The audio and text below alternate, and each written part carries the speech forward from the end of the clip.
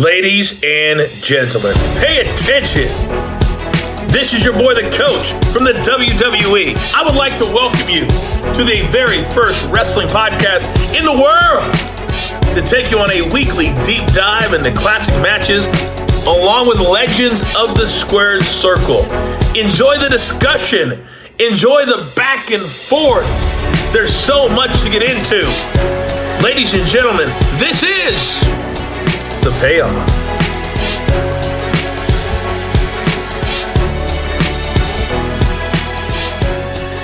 Welcome to an all-new episode of The Payoff. I'm Tom. That's Jeff. Jeff, we're covering Backlash 2000, a light heavyweight championship match. Where the hell did you find this match from, and why are we covering it?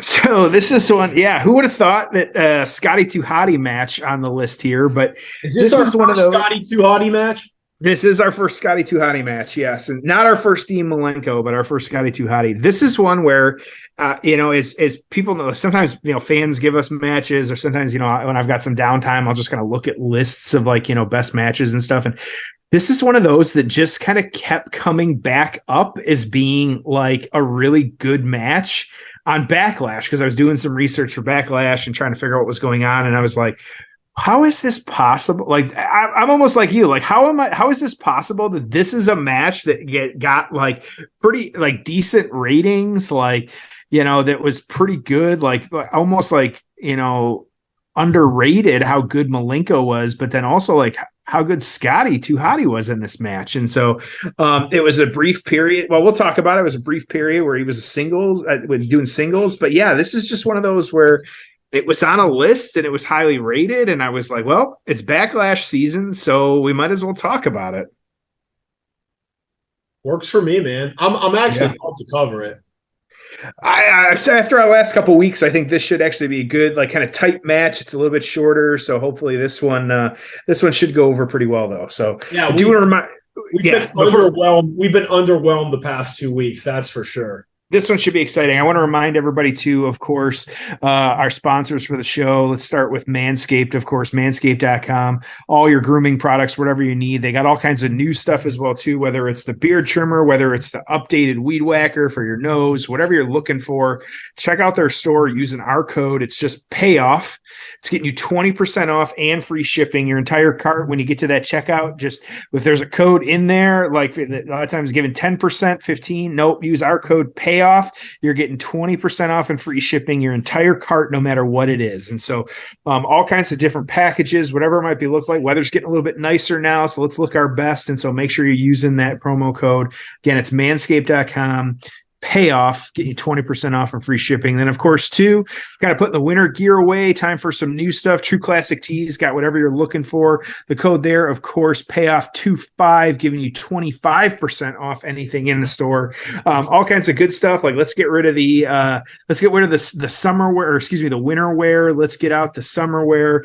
Let's make sure we're looking our best. And again, it's more, True Classic Tees, but also like, more than just t-shirts. It's got gym wear. They've got hats, they've got underwear, whatever you're looking for, all kinds of good stuff. So I'm good, Tom. I'm good if you're good. Let's do it. Let's get into the build. Oh, it's time for the build. All right, so Backlash 2000. This was the second Backlash ever. All these years later, we're still doing Backlash, believe it or not. Yep. PI Center, Washington, D.C., April 30th, 2000. 19,000 in attendance and a whopping 650,000 buy rate. I mean, they were just printing money in this era, man. This business was just hot. And ironically, like, I don't even know how good the booking was, but the business was hot. So we start off with Edge and Christian retaining the tag titles in 8 minutes against DX, which was X-Pac and Road Dogg. Then we jump into the match we're about to cover. Then we have the Big Boss Man and Bull Buchanan defeating the APA in an 8-minute tag match. Crash Holly is going to retain the hardcore title in a 6-pack hardcore match It was Crash Holly, Matt Hardy, Jeff Hardy, Hardcore Holly, Perry Saturn, and Taz. Big Show's going to defeat Kurt Angle in 2 minutes. Whew. That Big Show's going to beat Kurt Angle in 2 minutes. Hell of a match. Test and Albert are going to defeat the Dudley Boys in 11 minutes. Eddie Guerrero is going to retain his European Championship by defeating S.A. Rios. Chana's with Eddie. Lita's with S.A. Rios. Chris Benoit is going to retain his IC title in 15 minutes by DQ against Chris Jericho. And then your main event, The Rock, is going to defeat Triple H.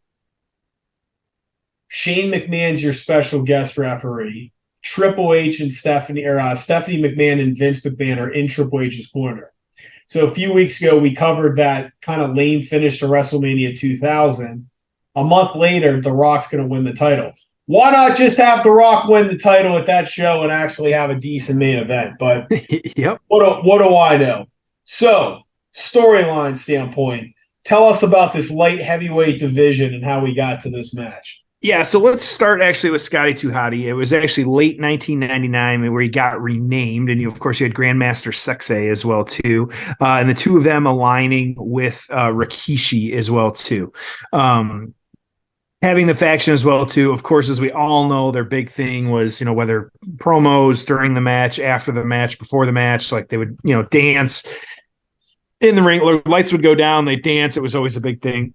It was really cool. Like at the time, I remember just being like, it was just cool. Like to see it was fun undercard. Yeah, super fun. Yep. And so to kind of have that, like it was something different than we were seeing, and it kind of broke up some of the other stuff. And so you actually had them feuding a little bit actually with the Radicals at this point. You actually had Too Cool teaming up with China to beat Eddie Guerrero, Perry Saturn, and Dean Malenko at WrestleMania 2000. And so we're not going to get into that. But so we talked about that show. We don't need to keep talking about it. And so you actually had Grandmaster Sexy actually hurting his leg. And so because of that, his tag partner, Scotty, coming back to the light heavyweight division for a little bit. And so he actually, while this taking place in late April, Scotty actually beat Dean Malenko the middle of this month before losing the title back to Malenko 3 days before this show. And so literally over the course of 2 weeks, you hot-shotted the belt of Scotty having it, Dean Malenko getting it or losing it, Dean Malenko losing to Scotty, Scotty losing to Dean 3 days before this show, and then getting another match with these guys with Dean Malenko and Scotty 2 Hotty as well too. And so having a few matches, this being the best of them up to this point. And so for the light heavyweight championship. Now Malenko on the flip side to this, of course, this again taking place April 30th, that you have, it would have been debuting really at the end of January. So 3 months prior to this, as we all know, the shot of Eddie, Benoit, Saturn all sitting in the front row after leaving WCW. And this was really his, I say, longest feud at this point, like coming out of Mania, kind of doing this. And so, and like we said, they had just the two of them had been hot shotting the belt. And so that's how we get this match. And so, made sense after a couple Raws. Whether you agree with the hot shotting or not, either way, like we just get into this match right away at Backlash. Doesn't need a ton of build. Yeah.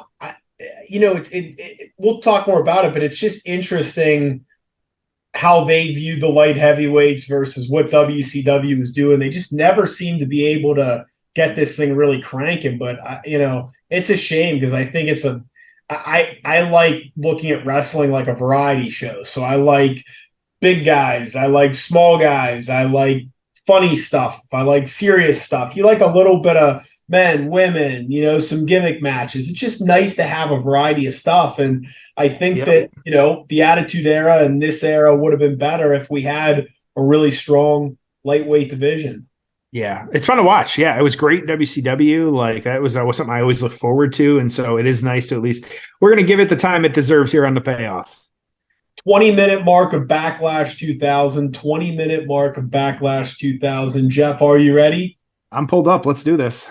All right. It's time for the payoff. Oh, it's time for the payoff. Title on the line. We'll give you an update on X-Pac's condition as we get it. I'm sure he'll have some stitches tonight. Thanks to Edge and Christian in the ring bell. Scotty told me beforehand he was going to try to wrestle this entire match without losing his lid. I certainly think that Malenko's experience gives him a distinct advantage in this match. Oh my, what a high back body drop. Malenko, another second-generation star. Is that blood in the ring from the previous match? Is that what I'm seeing on the mat there? Yeah, it looks like it, huh? Looks like it, yep. So quick start. Yep, hot start. Both guys coming right at it. Who was your favorite of all the kind of light heavyweights, WCW, WWF?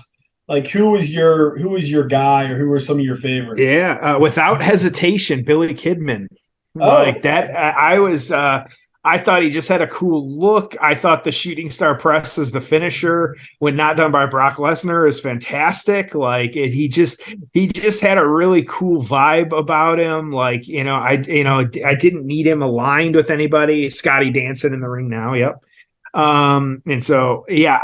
I thought Kidman was fantastic. And so, and I was actually a big fan of Dean Malenko as well, too. If you remember the WCW and Nintendo 64 games, as we all used to play back in the day, Dean Malenko was always one of my top choices, just for whatever reason. And so a big fan of him as well, too. So both those guys, not as high. I was not as high on the luchadors at the time, but I thought those are my quick answers. Absolutely, both those guys. How about you?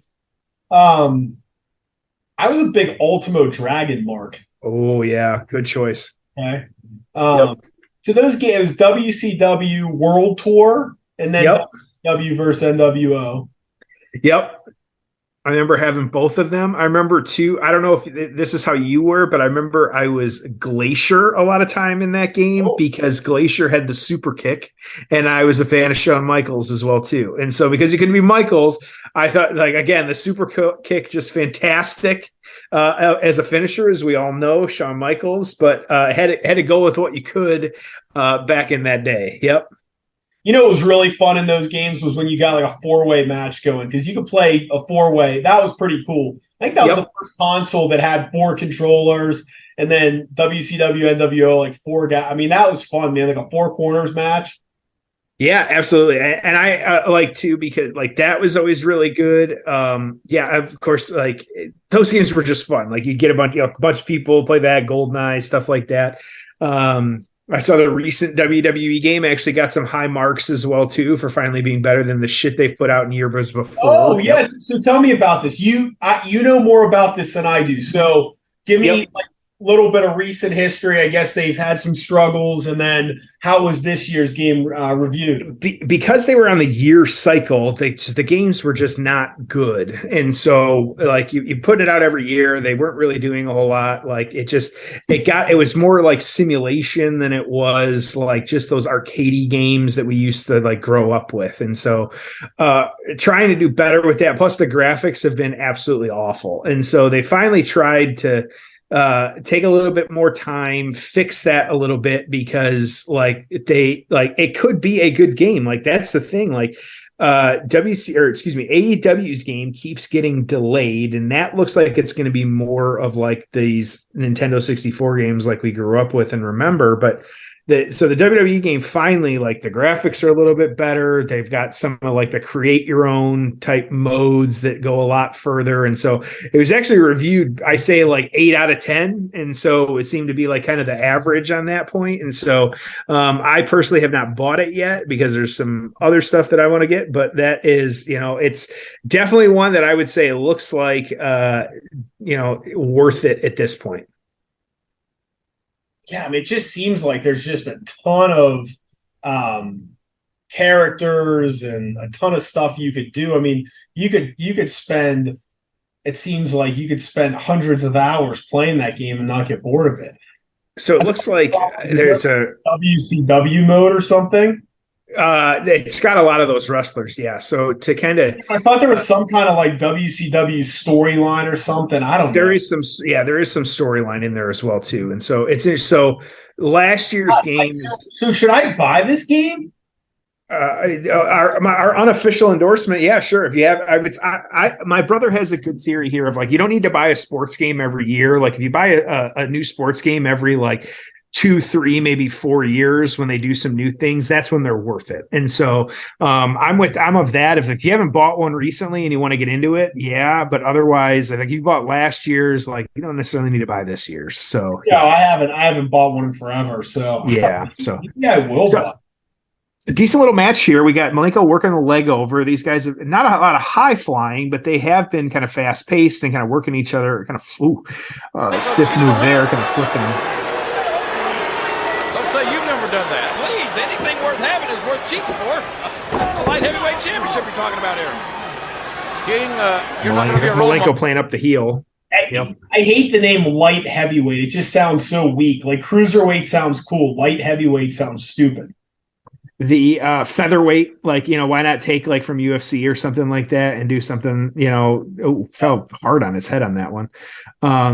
Yeah, there are all kinds of different ways like cruiserweight just sounds cool as well too, like kind of doing that. And so, yeah, all kinds of ways you could have mixed it up. Michael looked like he hit his head on like Scotty's shoe or something like that. Just kind of an odd spot where he came down weird.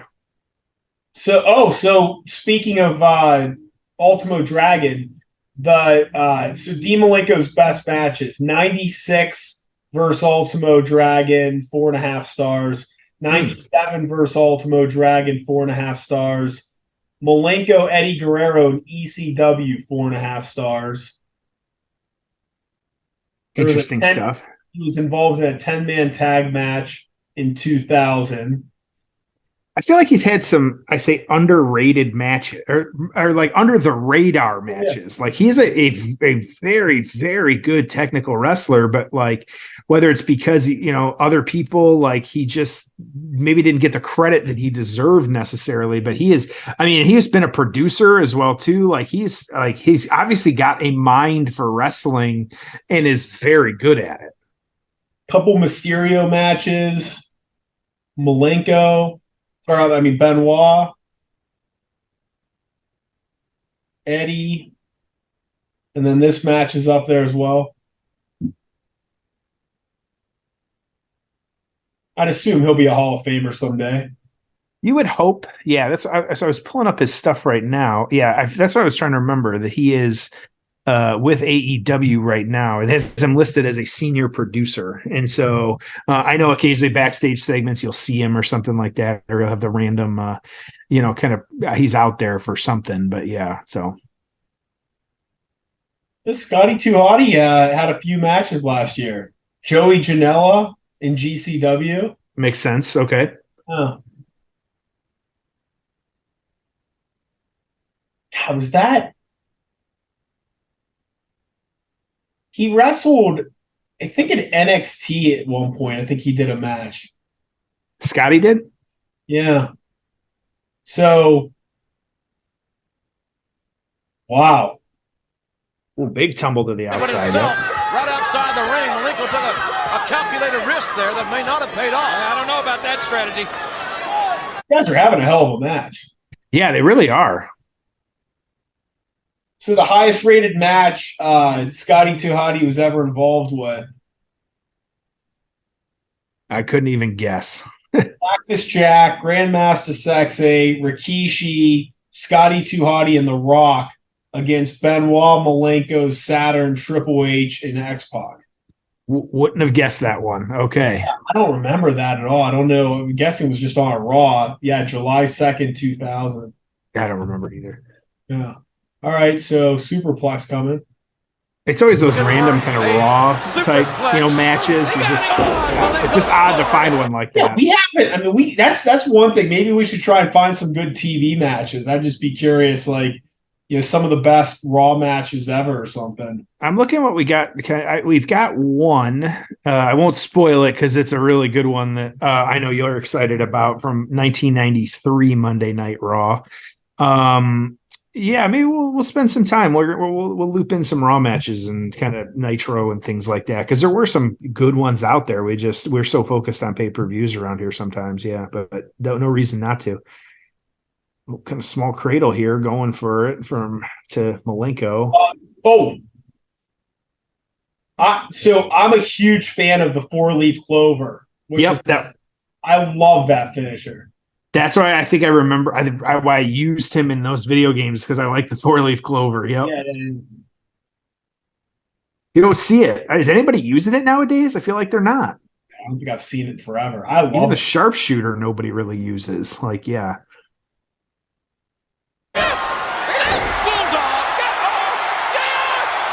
The crowd's into this one. You know what's coming now. Oh, yeah. Let's see it. Yeah, you're right. That happened, baby. W-O-R-M.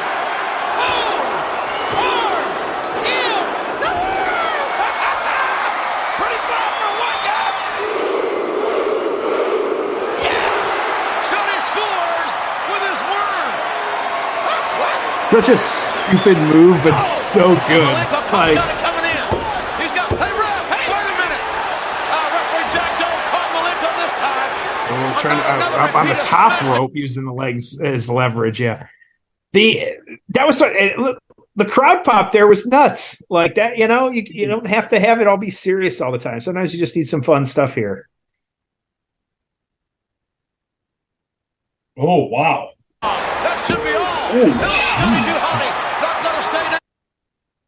It's fantastic. Kick out, though. Yeah, that was like a sit-out or like a sit-out power bomb there. Yeah, that was crazy. From Malenko to Scotty. Yep.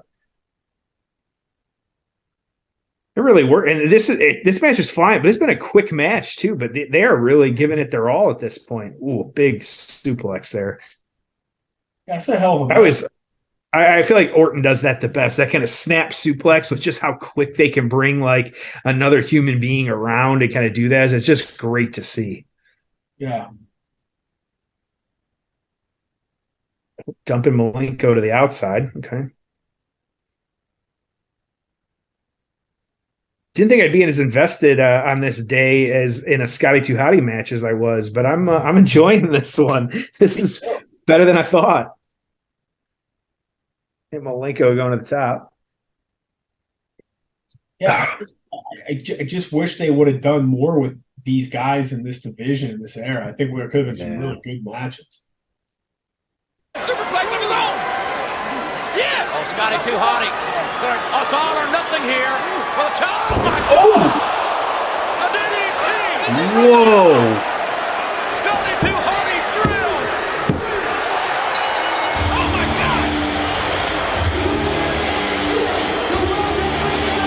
What the hell was that? Jesus. Wow. A giant DDT off the top rope. Good grief. Reverses a superplex into they're going to show it again here. Oh. Yeah, they're showing the replays now. Wow. Dude, he's dangerous. Like, that's fantastic. Wow, crazy. Okay. Yeah. All right, well, let's get to the aftermath. Ho! It's time for the aftermath. Well, after the garbage we've had the last couple of weeks, that was pretty damn good. Really good match. That was both of us. That finish was nuts. Like that was I haven't seen a move like that in a long time. And he was probably safe as can be, but man, did it look dangerous. Like that was crazy. Yeah. A for effort. I loved it, man. I thought that was crazy. Great finish. So, Scotty, on this one, you had Grandmaster Sexay returning just a couple months after this one, actually late May. And these guys, of course, going by Too Cool defeating Edge and Christian actually for the World Tag Team Championship. Held it for a little bit there when Edge and Christian won it back. And then you had the storyline with them separating from Rikishi after it was revealed that he ran over Stone Cold. You can't be in a tag team. I did it for The Rock. It's hard to be in a tag team with someone after they run over somebody with their car. Like, it's just very difficult. Like, it's makes for awkward dinner conversation. So, Malenko though, of course, in this one, of course, you had the Radicals, Benoit kind of coming away from the group a little bit. And so you had Malenko feuding with Guerrero and Perry Saturn as well, too, because you had Guerrero win at least the kayfabe relationship with China and having all the different losses and things like that. So you actually ended up with a triple threat match. It was Judgment Day with Guerrero retaining the European Championship against both Malenko and Perry Saturn. So just a kind of quick match on that one. So PWI Malenko 48, Scotty 2 Hotty coming in at a gentlemanly 33. Like, wouldn't have thought that Scotty 2 Hotty was 33 on this year, but there you go. And so the torch on this one, they only gave it 2 3/4 stars. Really just kind of, Malenko followed up with a top rope DDT that looked amazing and scored the pin. Good match. And so 2 3/4 from the torch. The Observer, fast-paced, excellent match, and Malenko was the unnoticed in-ring star of the show. Malenko mainly worked the leg, then they built the finish where they traded near falls. Scotty did a bulldog and a worm. Malenko went for the pin with the ropes, teasing the finish, but he got caught. Malenko snapped Scotty's neck on the top rope when Scotty tried to throw him over the top. Finish was innovative, with Scotty going for the top rope superplex and Malenko reversing it into a dangerous looking DDT off the top. The last few minutes really picked up the heat and intensity. 4 stars from Dave Meltzer, coming in hot. So where are you going to rank this one? I'll give it a 7. I mean, a really good match, a lot of fun. I liked it a lot. I mean, I don't want to get too crazy with my payoff score, but I'll give this thing a solid 7. I really, really enjoyed it. What about you? I'm right there with you. Well, it is not up at the echelon of some of these other ones that we have watched. It's not Omega by any means. It's not, some Magnum TA or things like that, but it was a respectable match. It was pretty good. Like, we were both, that is a solid 7 that had me sports entertained for 12 minutes or however long it was. And so sometimes that's just what you need. And that was perfectly okay. So yeah, that's where I'm sitting for this one. Good. Yeah, we're in agreement, man. I really liked it. Cool. All right, let's send him home happy. And just like us, we finally have a match where we can send him home happy. Let's send him home happy. All right. Well, a lot of fun. Really enjoyed it. And let's do it all again next week on an all-new episode of The Pack.